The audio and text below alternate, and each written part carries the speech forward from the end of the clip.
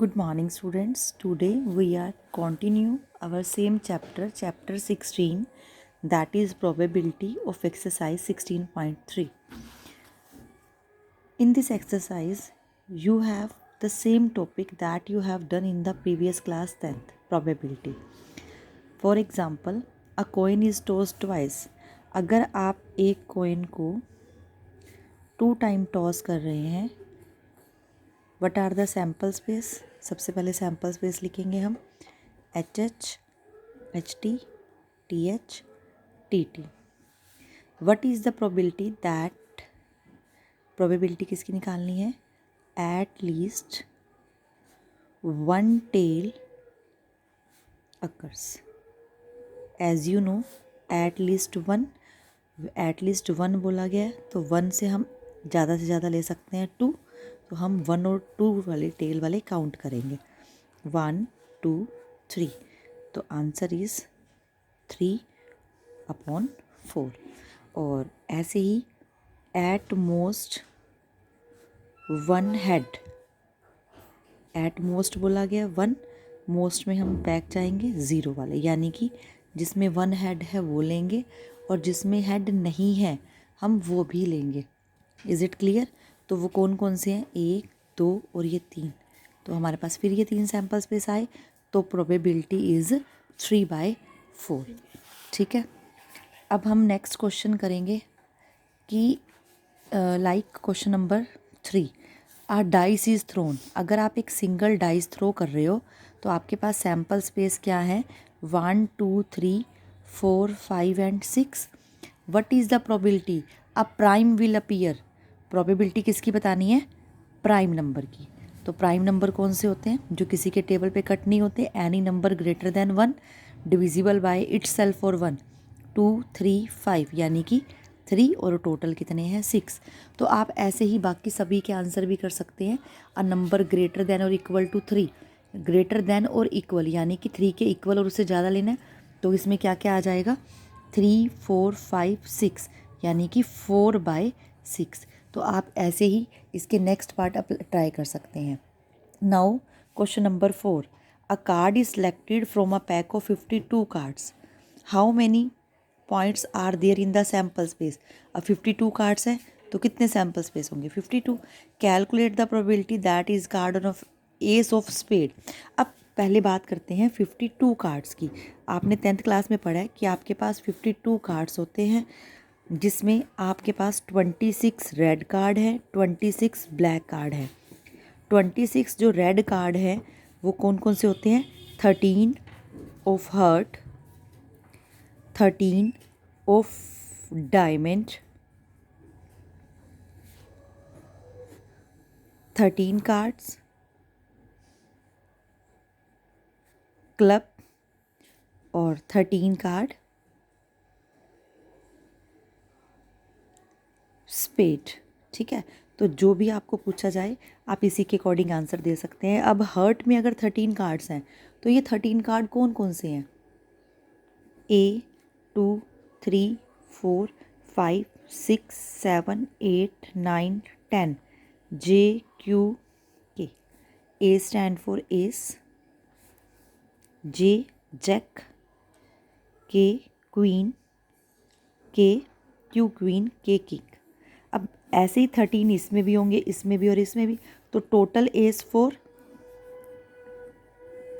Total jack 4, total queen, यानी कि हर card 4 होता है. अब आपको क्वेश्चन पूछा गया है, it is an ace of spade, but particular spade में कितने एस हैं? ओनली 1. तो answer will be 1/52. Similarly you can give the answer of another question.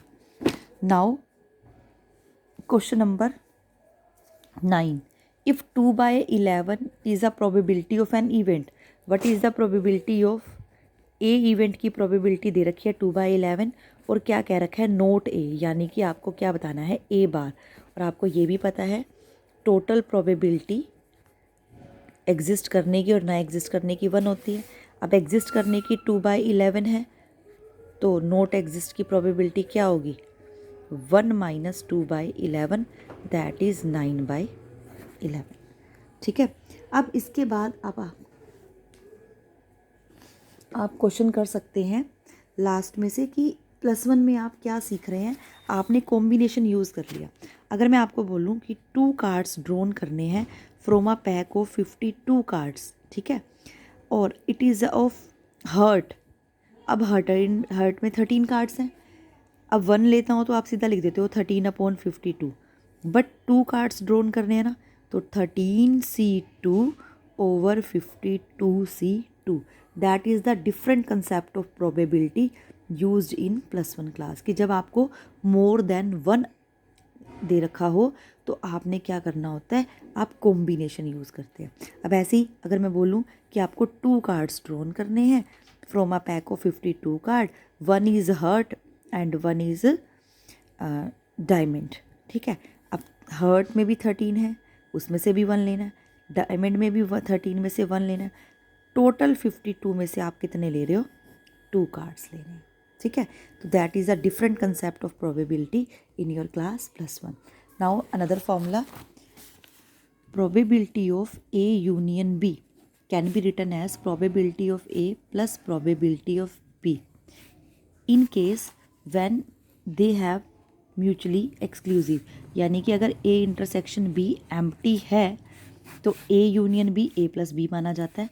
अगर intersection if A intersection B empty नहीं है तो probability of A union B क्या माना जाएगा, कैसे लिखा जाता है, probability of A plus probability of B minus करते हैं हम जो भी इनके कॉमन में होता है, probability of A intersection B। आप 10th क्लास में क्वेश्चन करते थे कि 1 card is drawn from a pack of 52 card, it is red और किंग, ठीक है। तो हम आपको तब क्या समझाते थे कि रेड कार्ड 26 हो गए। अब इसमें रेड में 2 ऑलरेडी किंग आ चुके हैं ना, तो इसलिए किंग हम 2/52 लेकर आपको आंसर बताते थे, दैट इज़ 28/52। बट आप इस फॉर्मूले को इसको कैसे अप्लाई कर सकते हैं, अब आपके पास ए और बी 2 इवेंट होने चाहिए। ए आप ले लो, A is a red card, red card है तो प्रोबेबिलिटी ऑफ ए में क्या आएगा, 26/52, क्योंकि 26 रेड कार्ड होते हैं। बी में आपने क्या ले लिया, अ कार्ड इज़ ऑफ किंग। अब किंग कितने होते हैं, 4/52, ये बी की प्रोबेबिलिटी आ गई। अब ए इंटरसेक्शन बी, यानी कि ए और बी में क्या कॉमन है, कि ऐसा कौन सा कार्ड है रेड जो किंग भी हो, या ऐसे कितने किंग है जो रेड हो, यानी कि 2/52। Now probability of A intersection B 2/52। तो what is the formula, A union B can be written as A plus probability of B minus probability of there intersection, that is 26/52 4/52 minus 2/52, 30 minus 2 28/52। that is the exact way to solve this question, ठीक है। तो आपको जितने भी common वाले concept हैं वो आपको इस तरीके से करने हैं, ठीक है।